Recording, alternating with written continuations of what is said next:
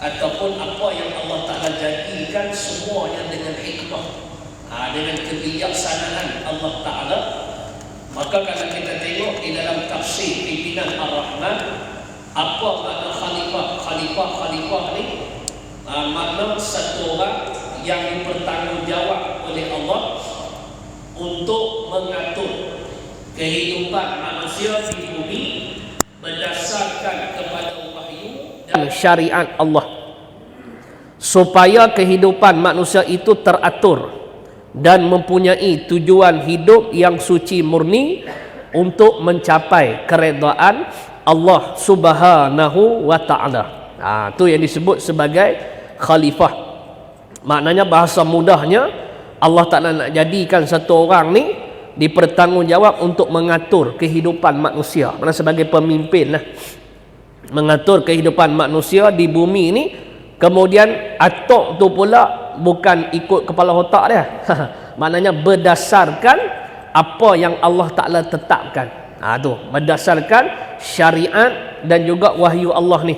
Kemudian hikmah dia apa? Supaya kehidupan manusia ni teratur dan mempunyai tujuan hidup yang suci murni untuk mencapai keredaan Allah.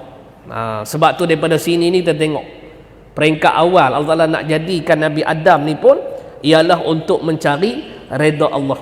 Jadi daripada sini kita buatlah apa saja pun, maknanya kita nak mencari redha Allah Subhanahu wa ta'ala. Kemudian sambung lagi ibarat kitab tu, dia kata lagi, iaitu apabila Allah hendak menjadikan jenis manusia ni, terlebih dahulu Allah memberitahu malaikat-malaikatnya bahawa dia, yakni Allah, akan melantik ataupun menjadikan seorang khalifah yang akan duduk di bumi melaksanakan hukum-hukumnya, hukum-hukum Allah, iaitulah Nabi Adam alaihi salam. Jadi Allah Ta'ala bagi tahu kepada para malaikat untuk jadikan Nabi Adam alaihi salam. Kemudian setelah diberitahu kepada para malaikat, apa respon para malaikat ni? Qalu ataj'alu fiha may yufsidu fiha wa yasfiqud dima. Kata malaikat, dia kata, tetapi malaikat-malaikat itu membuat bantahan. Jadi membuat bantahan sini ni maknanya dia asalnya sifat malaikat ni la ya'sunallaha ma amarahum. At-Tahrim ayat 6. Mana malaikat ni dia tidak bantah apa yang Allah Ta'ala kehendak. Cumanya zahir nampak bantah, tetapi hakikatnya tidak bantah, seolah-olah macam bantah tapi bukan bantah. Sebab sifat malaikat dia tidak akan bantah Allah Ta'ala. Cumanya malaikat sebut macam tu, malaikat seolah-olah bantah ni kerana apa? Sebab disebut sini, adakah patut Tuhan akan menjadikan orang yang akan menduduki bumi itu bangsa pembinasa dan menumpahkan darah, seperti yang pernah berlaku kepada bangsa jin yang dahulunya tinggal di bumi dan membuat kebinasaan dan derhaka. Jadi timbul soalan sini ni, macam mana yang malaikat dia boleh sebut, kata, adakah, kalau bahasa mudah kita, adakah kamu ya Allah nak menjadikan satu orang manusia yang duk buat kerosakan di atas muka bumi ini? Malaikat tahu mana yang kata manusia ni duk buat kerosakan? Jawabnya dia dah tafsir sini dah, sebelum daripada manusia duduk di atas bumi ini, jin dah ada dah. Jin duduk dulu.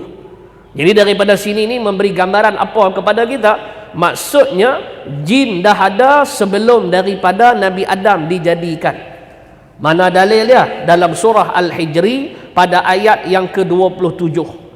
Allah Ta'ala berfirman, wal jannah, dan kami, yakni Allah, dan kami, yakni Allah, telah menjadikan jin sebelum Nabi Adam. Sebelum Nabi Adam.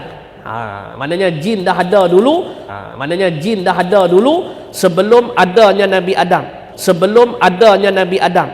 Kemudian jin ni pula dibuat daripada apa? Min naris samum, daripada api yang sangat panas. Maknanya jin dulu duduk di atas bumi ni. Itu maksudnya gitu dah. Baik, tak apalah.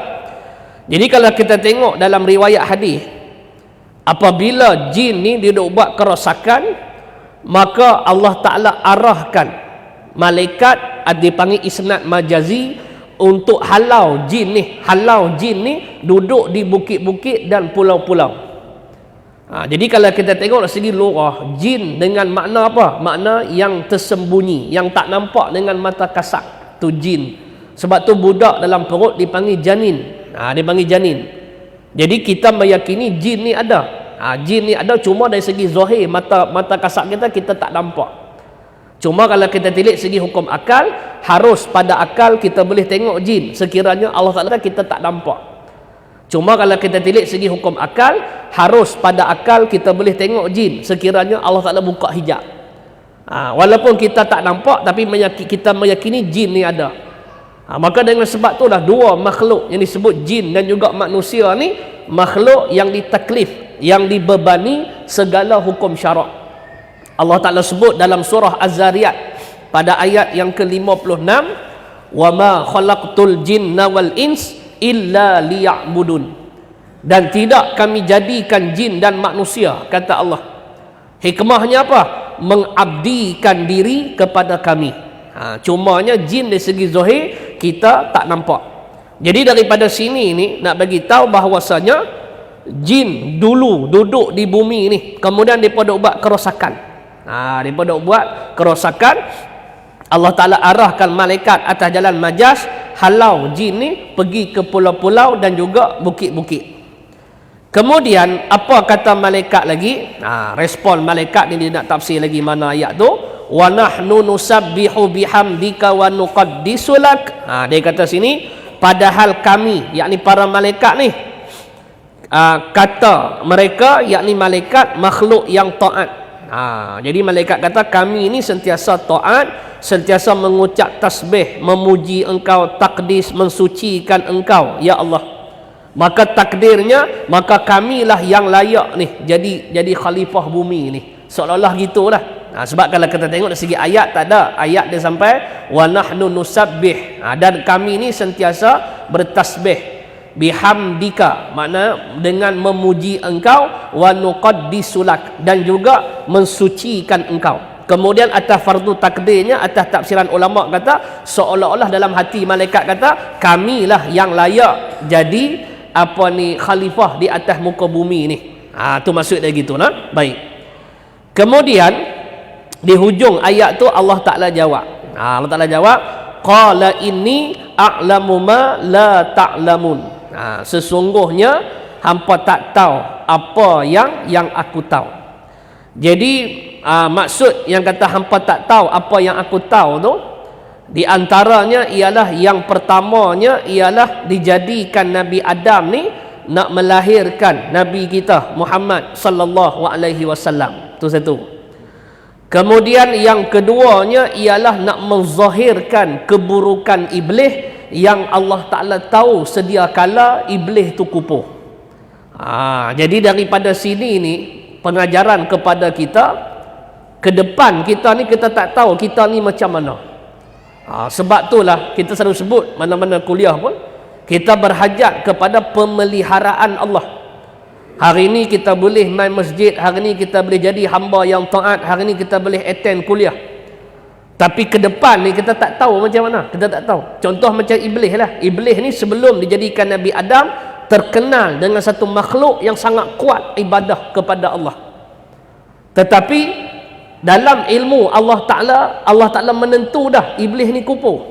Kemudian asbab kekupuran iblis ni dengan menzahirkan dijadikan Nabi Adam alaihi salam. Nanti ayat ke depan ni kita akan bahas ayat 34 tu.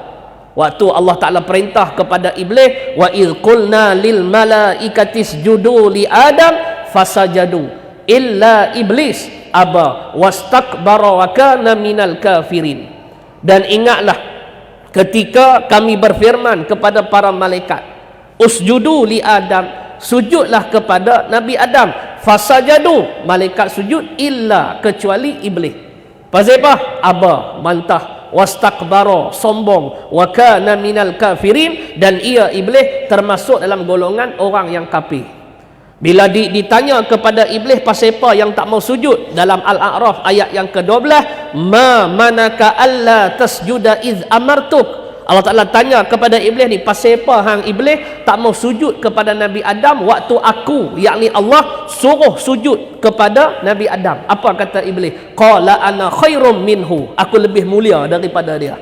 Apa ilat dia? Khalaqtani min nari, aku dijadikan daripada api, wa khalaqtahu min tin, dan dia Nabi Adam dijadikan daripada tanah.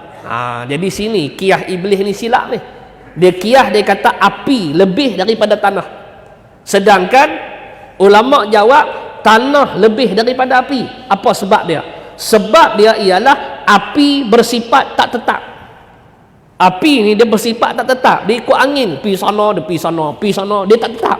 Tapi tanah bersifat tetap, sengak je tanah. Tapi jaga, sengak tanah pun kalau dia bongkar, jenuh kita. Jenuh kita.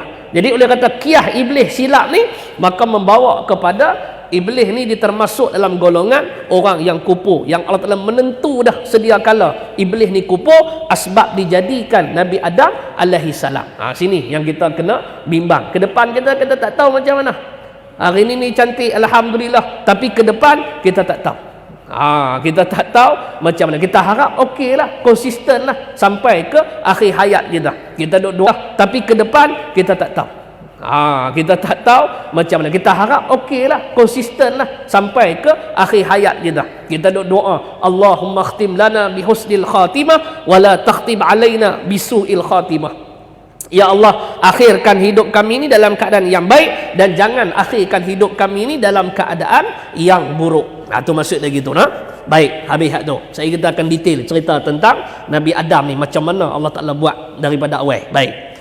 Kemudian dia sebut lagi sini, dia kata aku lebih mengetahui apa-apa yang tidak kamu ketahui. Jadi Allah Ta'ala tahu hikmah dan tujuan menjadikan manusia ni, kerana ada yang taat dan ada yang derhaka. Masing-masing kelak akan diberi balasan manusia ni, kerana ada yang taat dan ada yang derhaka. Masing-masing kelak akan diberi balasan. Dalam kitab-kitab sejarah dan Qisasul Anbiya, kisah para nabi. Dalam kitab-kitab sejarah dan Qisasul Anbiya, kisah para nabi salam. Jadi rujukan kita dalam kitab Bahrul Mazi jilid yang ke-21 pada menafsir salam. Jadi rujukan kita dalam kitab Bahrul Mazi jilid yang ke-21 pada menafsir. Dia ada kaitan dengan kita hari ini. Baik. Dia kata sini, dia kata masalah Nabi Adam alaihi salam dan awal kejadiannya. Macam mana, bagaimana keadaan Nabi Adam alaihi salam dan awal kejadiannya. Kemudian dia kata ada di dalam hadis Rasulullah sallallahu alaihi wasallam beberapa perkara yang berada di dalam hadis Rasulullah sallallahu alaihi wasallam, berihalnya itu sampai kepada anak cucunya. Yang ini sebuah kita lah. Kemudian dia kata maka hadis ini sebagai jadi tafsir Nabi Adam, kejadian Nabi Adam yang tersebut dalam surah Al-Baqarah ayat 30 kita baca tadi, ayat 30 yang kita baca tadi, dan kemudiannya selepas itulah, iaitu menerangkan peri kejadiannya daripada tanah sebagai keterangan yang akan datang ini. Jadi kita faham Allah Ta'ala jadikan Nabi Adam yang pertama daripada tanah. Sebab tu dia kata sini masalah Nabi Adam dan peri kejadiannya daripada tanah. Maka telah datang hadisnya dikeluarkan oleh Abu Isa At-Tirmizi dengan katanya, an Abi Musa Al-Asy'ari qala qala Rasulullah sallallahu alaihi wasallam inna Allah ta'ala khalaqa Adama min qabdatin qabadaha min jami'il ardi. Diriwayatkan daripada seorang sahabat bagi Nabi sallallahu alaihi wasallam, nama dia Abu Musa Al-Asy'ari radhiyallahu anhu, katanya telah bersabda Rasulullah sallallahu alaihi wasallam bahawasanya Allah Ta'ala menjadi ia akan Nabi Allah Adam alaihi salam daripada satu genggam yang telah digenggamnya akan dia daripada sekalian tanah, yakni daripada sekalian juzuk bumi itu. Daripada sekalian juzuk bumi itu. Kemudian dan kata setengah mufassirnya daripada sekalian jajahan bumi, yakni tanah di atas sekalian jajahan muka bumi. Kemudian kata mufassir yang lain, harus dikehendakinya bumi itu ialah ketujuh-tujuh lapisnya sebagai yang diterangkan dia oleh hadis yang lain. Baik. Jadi nak memberi faham pada kita bahawa tujuh lapisnya sebagai yang diterangkan dia oleh hadis yang lain. Baik. Jadi nak memberi faham pada kita bahawa daripada Tuhan. Maka dia kata sini, kata Azizi telah berkata Al-Munawi syarah bagi kitab Jami' As-Saghir, maka ini perkataan membayangkan kepada kita akan maha besar kerajaan Allah Ta'ala dan sekalian yang mawjud, sekalian yang ada, semuanya menurut kehendak Allah. Bukannya ada di sana itu genggam sebagai genggam kita pada hakikat, bahkan semuanya menurut perintah Allah atau di bawah perintah Allah. Jadi maksud hadis ni, Allah Ta'ala perintahkan Israel menggenggamnya.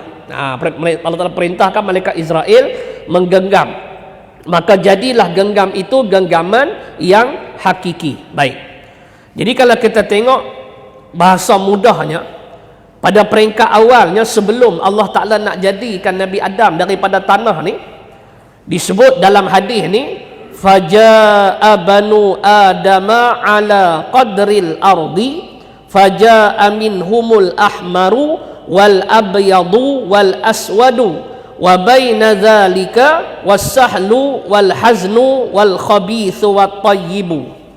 Maka datang anak cucu Nabi Allah Adam itu atas qadar bumi, yakni atas macam-macamnya dan atas tabiatnya.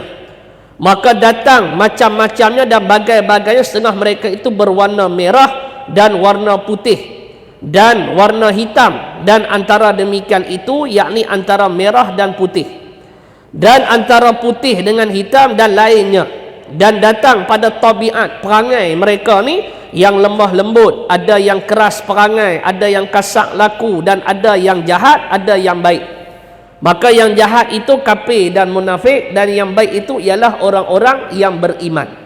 Jadi dalam hadis ni sebut, maknanya Allah Ta'ala jadikan Nabi Adam ni daripada pelbagai tanah. Dijadikan Nabi Adam daripada pelbagai tanah. Sebelum nak jadikan Nabi Adam ni, Allah Ta'ala bagi tahu dulu dekat tanah. Allah Ta'ala bagi tahu dulu dekat tanah, aku nak jadikan daripada kamu ni satu orang manusia yang nak mentadbir bumi. Kemudian daripada keturunan dia ni ada yang baik, ada yang jahat. Jadi hak yang baik masuk syurga, yang jahat masuk neraka. Itu secara umumnya. Kemudian tak apalah, lepas daripada tu pada peringkat awalnya Allah Ta'ala arahkan malaikat Jibril untuk pergi ambil tanah tu. Bila Allah Ta'ala arahkan malaikat Jibril untuk ambil tanah berdialog dengan malaikat Jibril, tanah kata, aku tahu dah hang nak ambil ni pasal apa. Allah Ta'ala dah habaq dah dekat aku, nak buat, nak jadikan satu manusia yang mana depa ni daripada aku, daripada tanah, depa ni pula ada yang baik, ada yang jahat. Yang baik kesudahan masuk syurga, yang jahat kesudahan masuk neraka. Jadi aku minta jasa baik hang, tak payah ambil lah. Dia kata gitu. Pasal apa? Pasal kalau hak baik masuk syurga, okey lah. Kalau hak jahat masuk neraka, dengan aku sekali masuk. Dia aku tak mahu. Jadi bila tanah kata kat malaikat Jibril macam tu, kalau malaikat Jibril pun tak apa, dia pun belah balik. Dia balik, dia berdialog dengan Allah Ta'ala, dia kata minta maaf, ya Allah, aku nak pergi ambil tadi, kemudian tanah tak bagi. Tanah tak bagi. Tak apalah. Kerana bila dah tak bagi tu, Allah Ta'ala arah pula malaikat yang kedua, malaikat Mikail. Pun sama juga, pipi tanah cerita hak tu juga. Dia pun Assalamualaikum, Waalaikumsalam, dia belah balik. Mai hak nombor 3. Yang ni tak upaya, tak ada kompromi ya. Siapa dia? Malaikat Israel. Malakul maut lah. Jadi bila malakul maut nak pergi ambil tanah tu, kemudian tanah cakap yang sama. Malakul maut kata, minta maaf. Hang nak pujuk ke, hang nak rayu ke, hang nak apa ke, tak boleh. Ini arahan Tuhan kita. Maka dia pun ambil lah seraup tanah tu. Dia pun ambil seraup tanah tu. Sebab itulah bila diambil pada seraup tanah ni, dalam hadis ni sebut Allah Ta'ala jadikan Nabi Adam ni dengan pelbagai jenis tanah. Mana macam-macam tanah. Maka daripada macam-macam tanah ni lah anak cucu Nabi Adam datang dengan pelbagai rupa dan juga perangai. Daripada sini. Sebab tu kadang-kadang dia macam mana? Dia ghalibnya kalau kata mak putih, pak putih, anak putih kan. Ghalib gitu. Ghalib dia gitulah. Tapi kadang-kadang mak putih, pak putih, tapi main anak ada hak gelap sikit.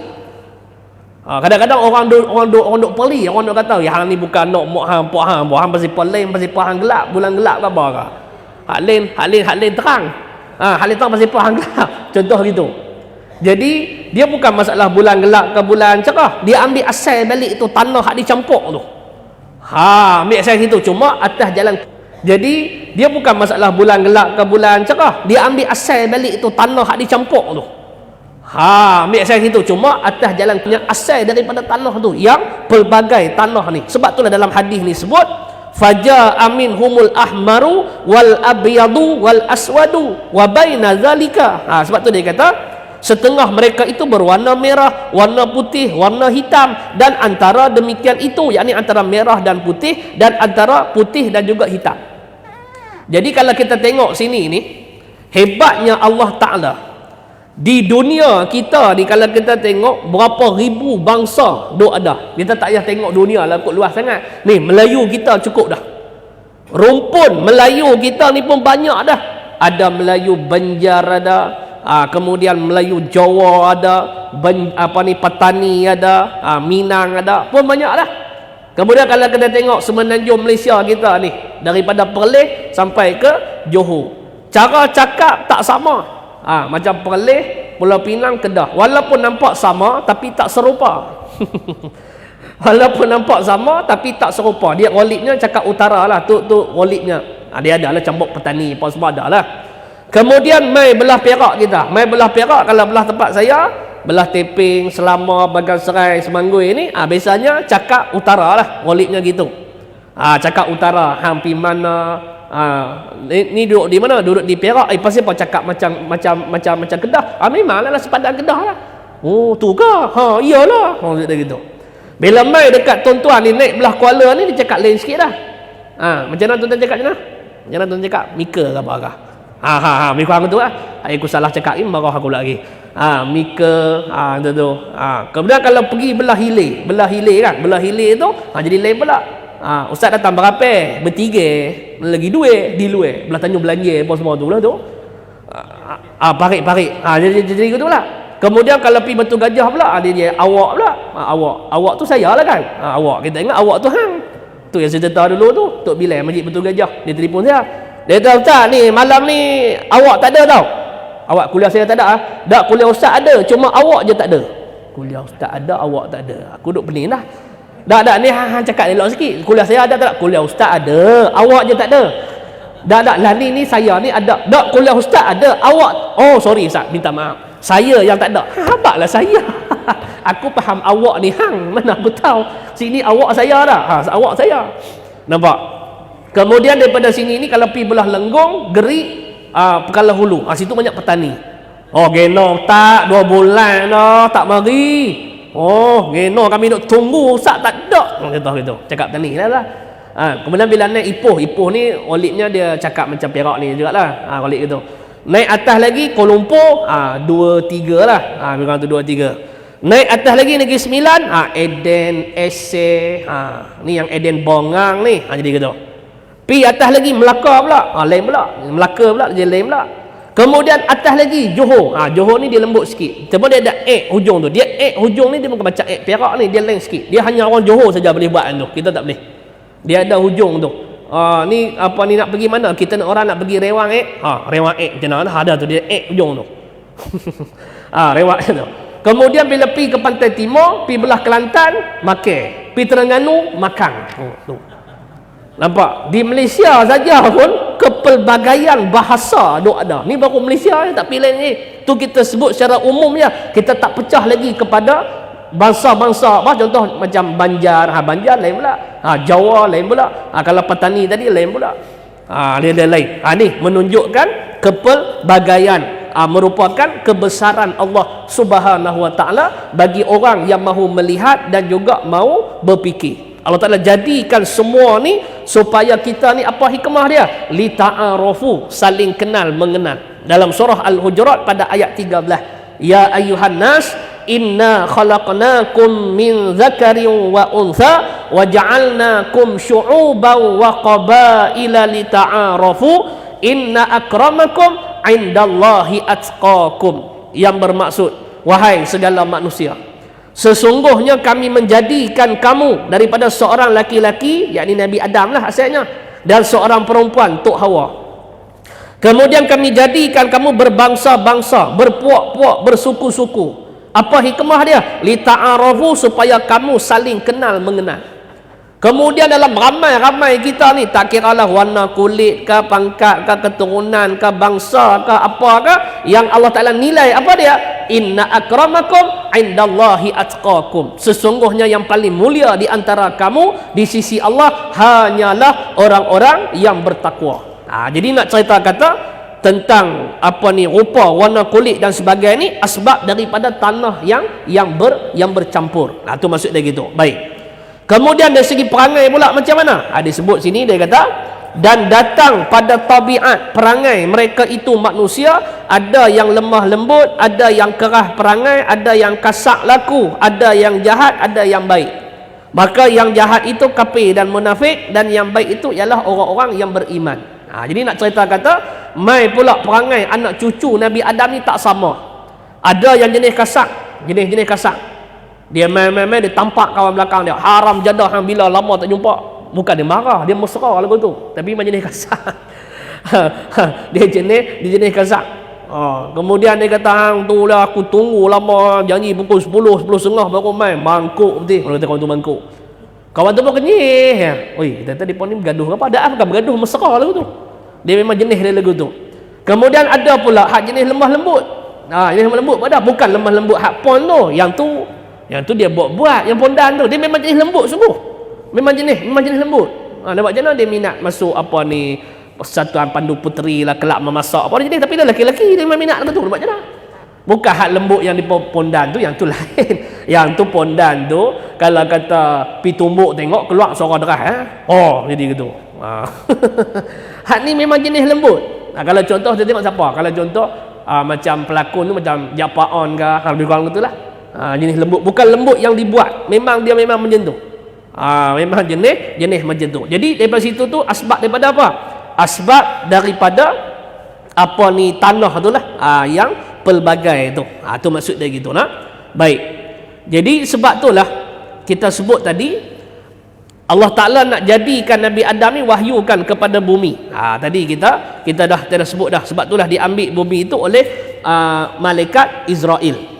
Kemudian bila dah diambil oleh malaikat Israel tu, dia kata sini pula, bila Israel membawa seraup tanah kepada Allah Ta'ala, maka Allah Ta'ala perintahkan dia, jadikan dia tanah liat dan peram akan dia. Maka malaikat Israel pun ulilah tanah tu dengan air busuk, air masin, air tawak, hingga jadi tanah liat. Maka diperamkan dia. Maka kerana itulah jadi bermacam-macam perangai manusia tu. Daripada asbab tu, perangai kita ni yang bermacam-macam.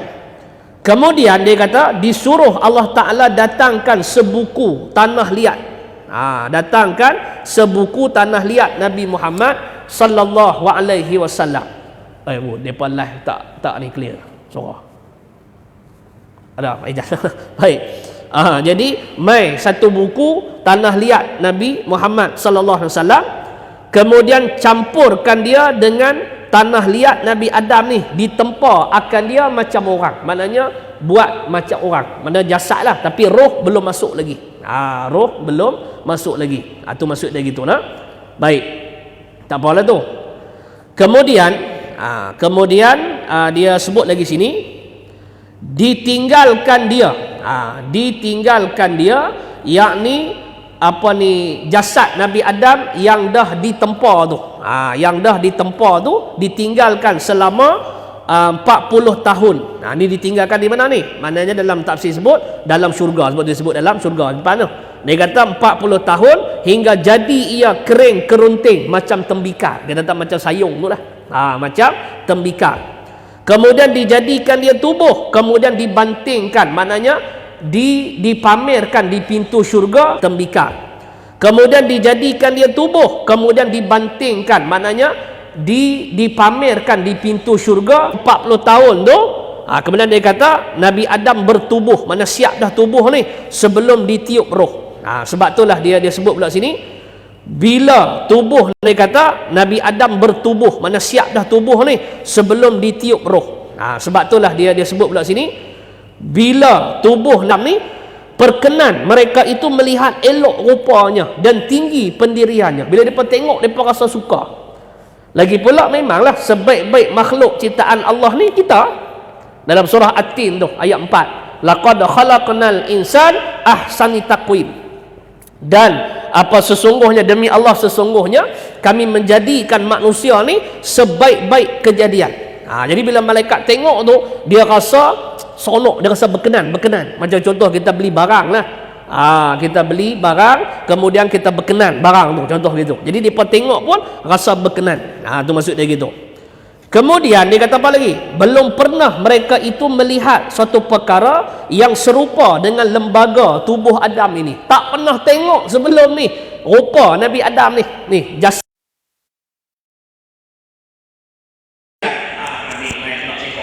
Dan lalu iblis Adam ni jasad.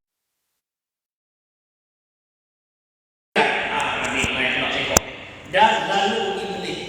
Dia jadi hairan. Kata iblis, kerana apa sesuatu dijadikan ini? Hei, pasal apa ni duk buat binatang ni, dia kata. Contoh gitulah.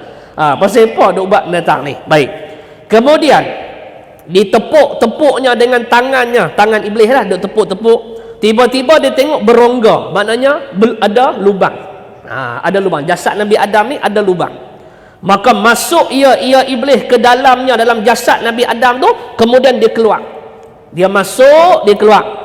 Dan berkata ia iblis kepada taulan dia, kepada kawan dia. Iblis kata apa? Ini satu kejadian yang ada berongga, ada jenis berlubang. Maka depa ni jenis ni tak boleh tetap dan tak boleh sabak diri. Jenis ni. Ni saya baca dalam kitab ni, bukan aku tembak lah. Dia kata aku tembak. Jadi maknanya nak cerita kata, iblis kata jenis berongga macam ni, depa ni jenis tak tetap dan tak boleh nak sabakkan diri. Tu iblis kata. Baik.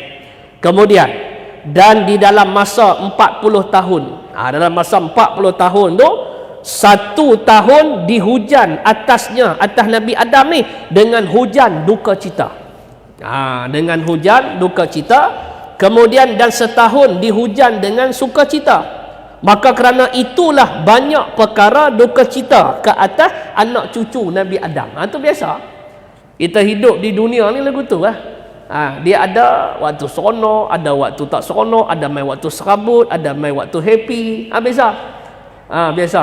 Sebab tu benda ni semua orang lalui. Dia tak kira apa jua keadaan kita. Senang macam mana kita pun main serabut ni dia tetap ada. Dia tetap ada. Maknanya cuma kita nak keluar daripada masalah tu ya. Yang tu ya macam mana. Baik, tak apalah. Jadi cerita ni belum ditiup lagi roh. Maknanya belum tiup roh, cuma ada jasad saja. Kemudian dia kata lagi, Nabi Adam ditiup rohnya. Ni macam mana cerita nak masukkan roh ni. Sebab tu dia kata sini, sungguhnya tak kala Allah Subhanahu wa taala menghendaki meniup roh Nabi Adam pada tubuhnya, nak masukkan roh, disuruhnya roh itu masuk ke dalam tubuh Nabi Adam. Baik. Jadi bila sebut tentang roh ni apa dia? Roh ni, dia hakikat roh ni kita tak tahu. Sebab tu dalam surah Al-Isra ayat 85 jelas Allah Taala sebut dalam ayat tu, wa yas'alunaka 'anir ruh qulir ruhu min amri rabbi. Dan apabila mereka bertanya kepada kamu ya Muhammad tentang roh, qulir ruhu min amri rabbi, katakanlah roh itu urusan Tuhanku. Kalau kita kata nyawa lah dah, kata nyawa tak apalah. Kemudian di hujung ayat tu Allah Taala kata wa ma utitum minal ilmi illa qalila, dan tidak kamu diberi ilmu pengetahuan kata Allah melainkan sedikit. Jadi hakikat roh ni urusan Allah. Jadi kalau kita roh ni makna kita nyawa kita lah, ni jugalah. Baik. Jadi sebelum nak dimasukkan roh ke dalam tubuh Nabi Adam ni, Allah Ta'ala arahkan roh untuk masuk ke dalam tubuh Nabi Adam. Maka bila diarah tu, dia kata sini, maka dipandang akan dia oleh roh, nampak ia roh di dalamnya, dalam Nabi Adam ni sempit. Maka berkata roh itu, roh pun kata, ya Tuhanku, bagaimana hamba roh nak masuk tubuh yang sempit ni? Aku nak masuk macam mana sempit? Roh kata sempit ni, aku nak masuk, tak boleh, sempit. Kemudian firman Allah kepada roh, masuk olehmu ke dalamnya, ke dalam jasad Nabi Adam ni dengan terpaksa, dan keluar kamu daripadanya, daripada jasad Nabi Adam dengan paksa. Ni yang kata sakit mati. Yang sebab tu roh ni jahat mati jasad, roh dia masih hidup. Sebab tu kita doa semayang mayat tu kan, Allahumma firlahu warhamhu wa'afihi. Sihatkan dia, sihatkan apa matilah. Jadi sihatkan tu mana sihat sejahterakan roh. Jadi roh ni dia duk melekat dalam tubuh kita ni. Dia ibarat macam ulama buat misal macam kuku kita ni lah, lekat dengan daging. Lepas tu bila kita nak cabut kuku ni sakit. Kita nak cabut kuku maknanya sakit.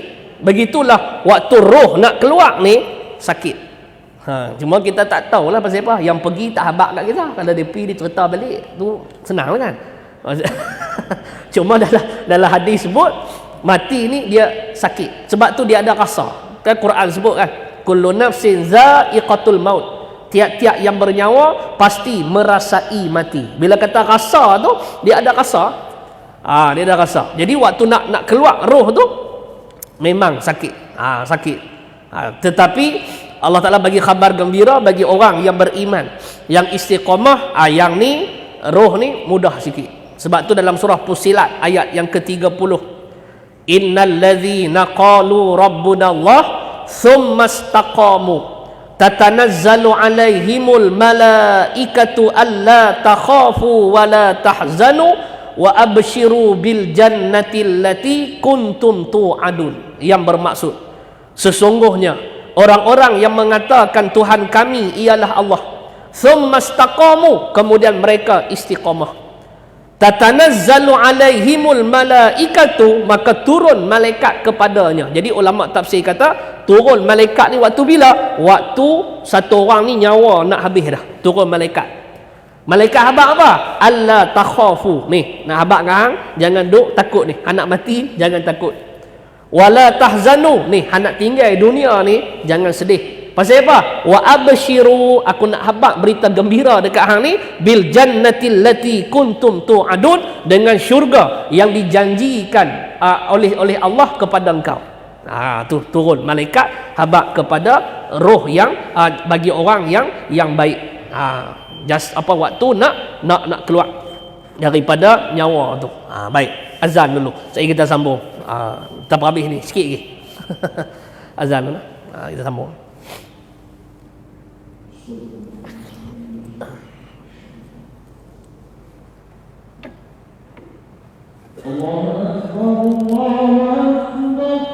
Allahu Akbar.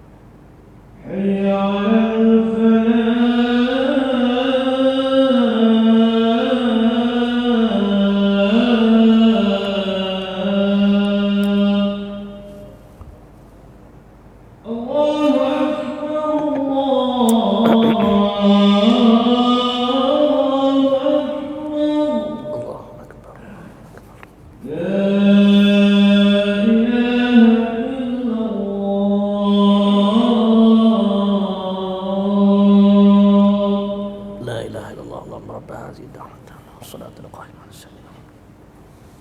wasyaraf innaka la tuhibbul.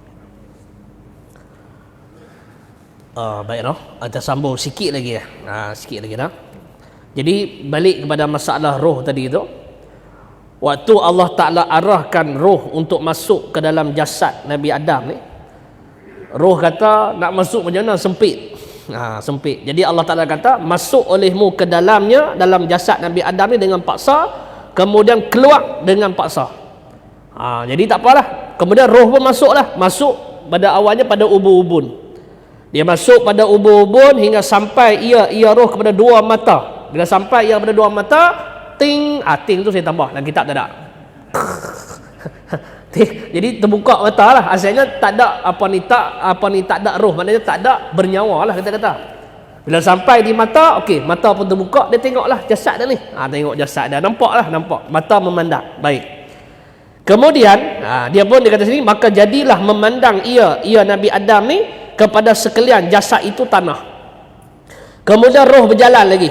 Berjalan sampai ke hidung. Bila sampai ke hidung, dia pun bersin. Hacam bersin. Tak tahulah ke hidung apa, wallahu alam lah. Ambil bersin lah. Bersin pun dia bersin. Kemudian bila berjalan sampai hidung, dia bersin. Hacam bersin gitu. Bila dia berjalan ni sampai dekat lidah. Perkataan pertama yang Nabi Adam sebut apa dia? Dia kata sini, berkatalah ia Nabi Adam, alhamdulillahi rabbil alamin. Ni perkataan pertama.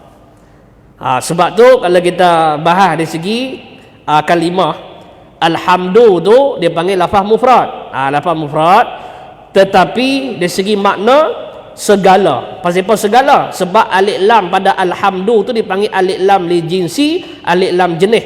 Alif lam jenis, maka segala puji lillah, tertentu milik Allah. Puji ni tertentu milik Allah. Sebab tu dalam bab puji ni dia ada 4. Yang pertama, puji qadim bagi qadim, Allah Ta'ala, puji Allah Ta'ala. Kemudian yang kedua, puji qadim bagi hadis, Allah Ta'ala puji makhluk. Contohnya Allah Ta'ala puji ulama, misalnya innama yakhsyallaha min ibadihil ulama, sesungguhnya di antara hamba-hambaku yang takut kepadaku ialah ulama. Itu surah Fatir ayat 28. Kemudian yang ketiga, puji hadis bagi qadim, kita makhluk puji Allah. Kita kata subhanallah ke alhamdulillah ke, ini kita makhluk puji Allah. Kemudian yang keempat, puji hadis bagi hadis, kita sama-sama makhluk puji. Kita kata babu ni bagus, contoh itu. Babu Darul Hijrah ada ni bagus. Jadi puji sama-sama kita ni dipanggil puji hadis bagi hadis. Maka keempat puji ni lillah, tertentu milik Allah. Sebab tu lam pada lillah tu dipanggil lam lil istihqaq ataupun lam milik ataupun lam lil ihtisar, itu nama dia. Sebab tu perkataan yang pertama Nabi Adam sebut dalam lidah dia apa dia? Alhamdulillah, segala puji milik Allah. Allah ni siapa dia? Rabbil alamin, Tuhan yang menjadikan sekalian alam. Apa alam? Masiwallah, barang yang ada selain daripada Allah. Itu perkataan pertama Nabi Adam sebut. Bila Nabi Adam sebut macam tu, dia kata sini, maka ialah alhamdulillah rabbil alamin tu awal kalimah yang diucap Nabi Adam. Kemudian Allah Ta'ala respon, Allah Ta'ala jawab, maka diseru akan dia oleh Allah Ta'ala, apa dia? Dia kata sini, telah mengucapkan rahmat atasmu wahai bapa Muhammad. Tu dia. Wahai bapa Muhammad, dan kerana nak jadikan Nabi Muhammad ni dijadikan engkau. Tu dia.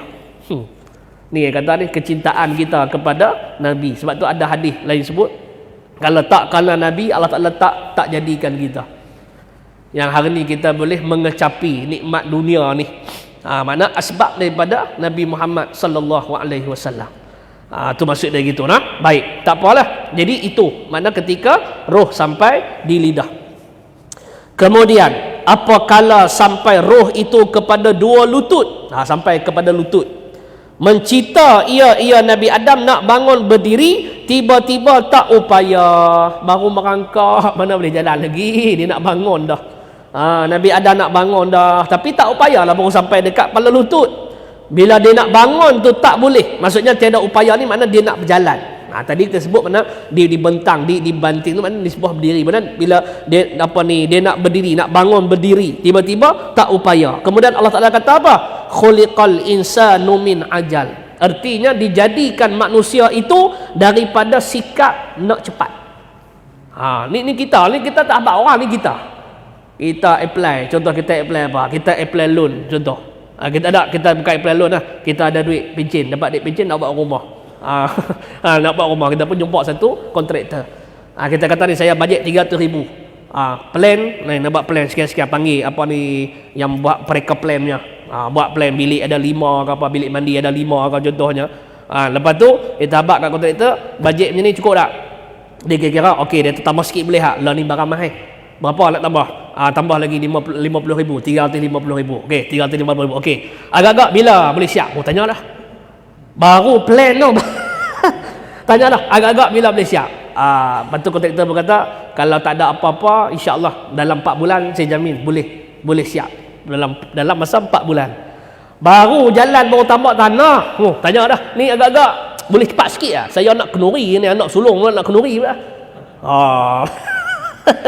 Kontraktor kata minta maaf lah Tu Haji, oi, tambak tanah ni pun tak apa kuat lagi. Kalau ikut saya ni 4 bulan pun saya tak mahu. Dah saja kata nak cepat. Kalau ikut mau tambak tanah saja baru 6 bulan baru kemas. Tambak tanah saja buat 4 bulan lebih kurang setahun lah baru boleh, baru cantik. Tapi dah Tu Haji nak cepat, tak apalah, kita buat cara cepat lah. Kalau bawah lagi tak boleh. Saya minta maaf lah, tak boleh buat. Dah agak-agak kalau ijaz dalam 2 bulan tak boleh. Tak, duit bukan masalah duit. Duit saya tahu Tu Haji ada duit. Bukan masalah tu. Masalah nak bagi siap tu. Tu macam mana kalau saya kontraktor lain pun tak boleh buat. Tak boleh buat lah. Tu contoh lah. Kita kan lagu tu lah. Kadang-kadang apa-apa pun macam contoh luluh dah. Duk pergi kejan orang jual kereta pula. Ni kereta bila boleh dapat ni luluh ni. Kan saya habaq dah paling awal pun 6 bulan. Janganlah lagu tu. Ni dah saya tunggu dah sebulan, dia baru sebulan ni duk queue ni. Duk queue ni. Paling saya kata paling awal 6 bulan. Tak boleh hejah cepat sikit. Tak boleh. Lepas tu tak apalah, tutup telefon Zat. Selang seminggu telefon pula. Ni macam mana ni? Boleh dapat stok lah. Kok kereta boleh selit kok mana lah. Tak. Tu kita lah. Tak kata kat orang lah. Baik. Tu sebab tu dia nak bangun. Kemudian Allah Ta'ala kata khuliqal insanu min ajal. Dijadikan manusia ni sikap dia nak cepat. Tu maksud dia gitu. Habis. Kemudian sikit lagi. Dia kata lagi, maka tak kala sampai roh itu ke betih. Sampai ke betih kepada 2 kaki, betul berdiri ia. Maknanya baru boleh berdiri. Boleh berdiri. Kemudian manusia yang cukup daging, darah, tulang, urat halus, urat kasar, usus, dan ditaruhkannya, diletakkan hujung-hujung jari itu dengan kuku yang menambahkan jasadnya tu elok dan cantik. Ni kuku kita ni. Elok dan cantik.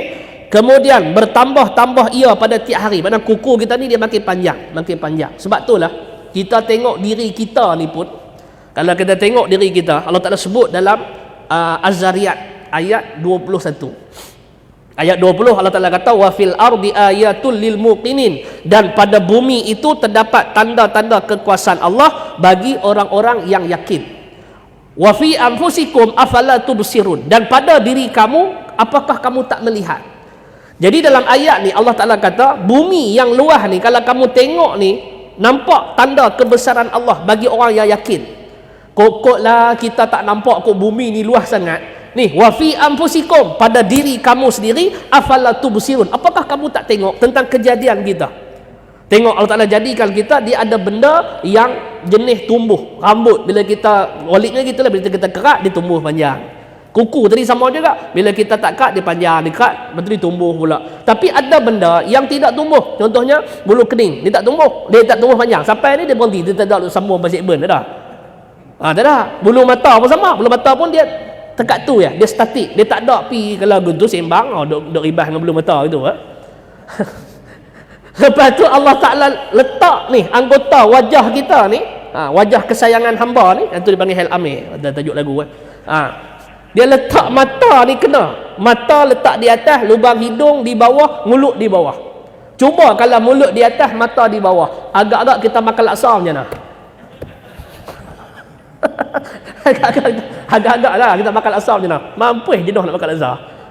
Kemudian pula lubang hidung ni, tala bawah ni betul dah tu. Cuba lubang hidung tala atas, hari hujan payung tak ada.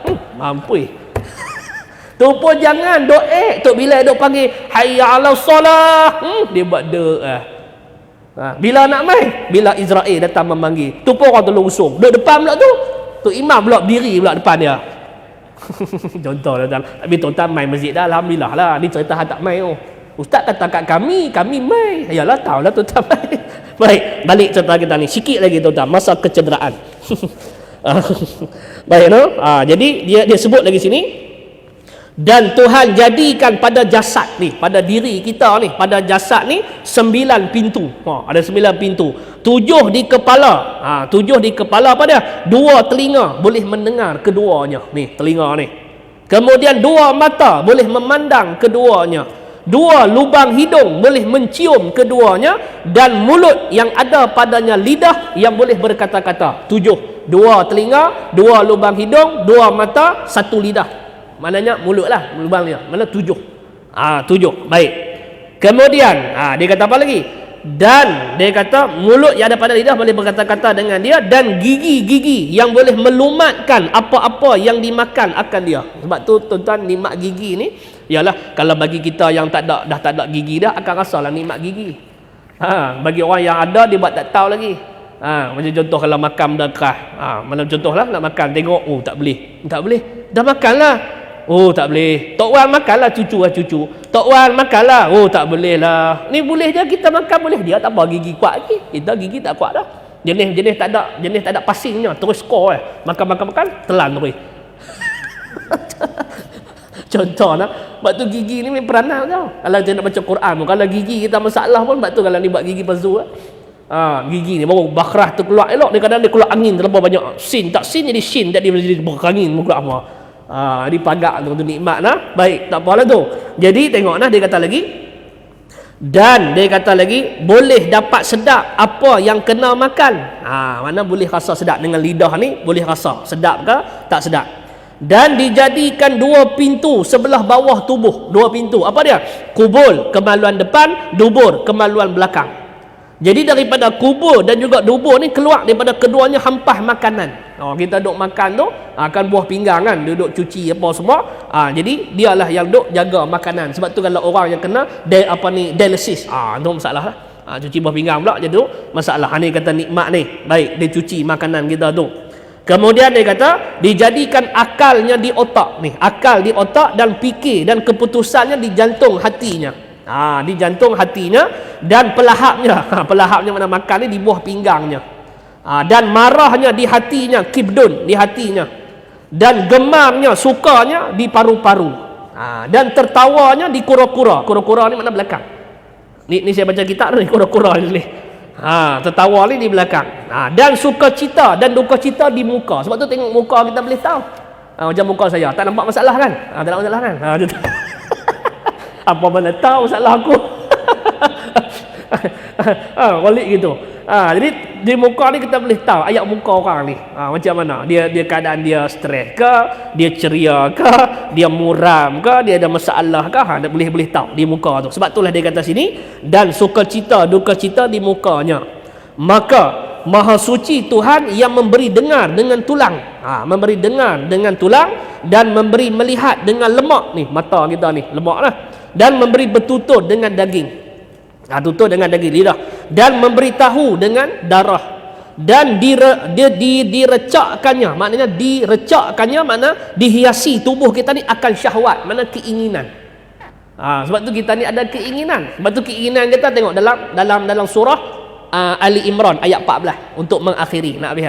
Zuyyina lin-nasi hubbus syahawat minan nisa wal banin wal qanatiril muqantarati minaz zahabi wal fiddah wal khayli musawwamati wal an'ami wal harth dzalika mata'ul hayatid dunya wallahu indahu husnul ma'ab. Yang itulah yang kita nak tu. Apa dia?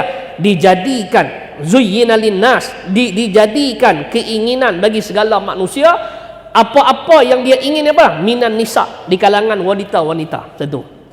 Kemudian wal banin, anak cucu. Wal qanatiril muqantarati minaz zahabi wal fiddah, daripada perhiasan emas dan perak. Wal khayli, khayli ni asal makna kuda. Kuda bertanda. Apa dia? Kereta mewah. Sebab tu tengok Ferrari kan lambang kuda. Kuda mewah. Kuda lah, kereta mewah. Saya ada tanya sajalah, tanya bukan ada duit pun. CRB saja tu. Lepas tu ada salesman sebelum ni tanya, dia kata, "Ustaz tak mau trade in ke?" Saya kata, "Kereta aku ni kalau trade in harga murah." Saya kata, "Dia pasal apa?" Saya pun hantarlah kilometer saya tu.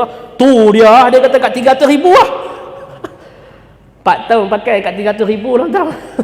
4 tahun pakai, cikgu kita pakai kereta banyak cikgu dah tahu. 4 tahun dekat 300,000 kilometer tu dah 296 lah. Lepas tu tak apa, tu dia Ustaz naik suruh aku beli kereta untuk naik bukan untuk simpan. Dia tahu betul. Dia kata, "Ustaz kalau macam ni value memang turun juga Ustaz, kalau ni kena tambah duit aku tak mau. Kau pakailah kereta tu, biar elok lagi pun saja ya." Dia tanya, saya pun jawablah. Jadi maknanya serta keinginan kita kuda bertanda tu. Wal khailil musawwamati wal an'am wal hars, dan juga wal an'am ni binatang ternak. Kemudian wal hars ni maknanya kebun-kebun. Maknanya apa ni, binatang ternak, kebun-kebun sawah. Ada biasa orang tu kalau sibuk orang kampung, orang tanya, "Mu berapa ekar lah sawit?" Sikit lah, ada 1 ekar. Banyak 1 ekar. Betul mu? Aku nak cari lagi, tak boleh jadi mu 1 ekar, aku bawa dah 80. Ada lagi orang nak jual. Tu keinginan. Tapi Allah Taala kata di hujung apa dia? Di hujung ayat tu, "Zalika mata'ul hayatid dunya." Inilah kesenangan hidup dunia. Wallahu indahu husnul ma'ab, dan kesudahan kepada Allah lah sebaik-baik perkara yang diingini, dihajati. Apa dia? Kembali kepada syurga. Keinginan tak salah, keinginan kita, tapi kena jaga.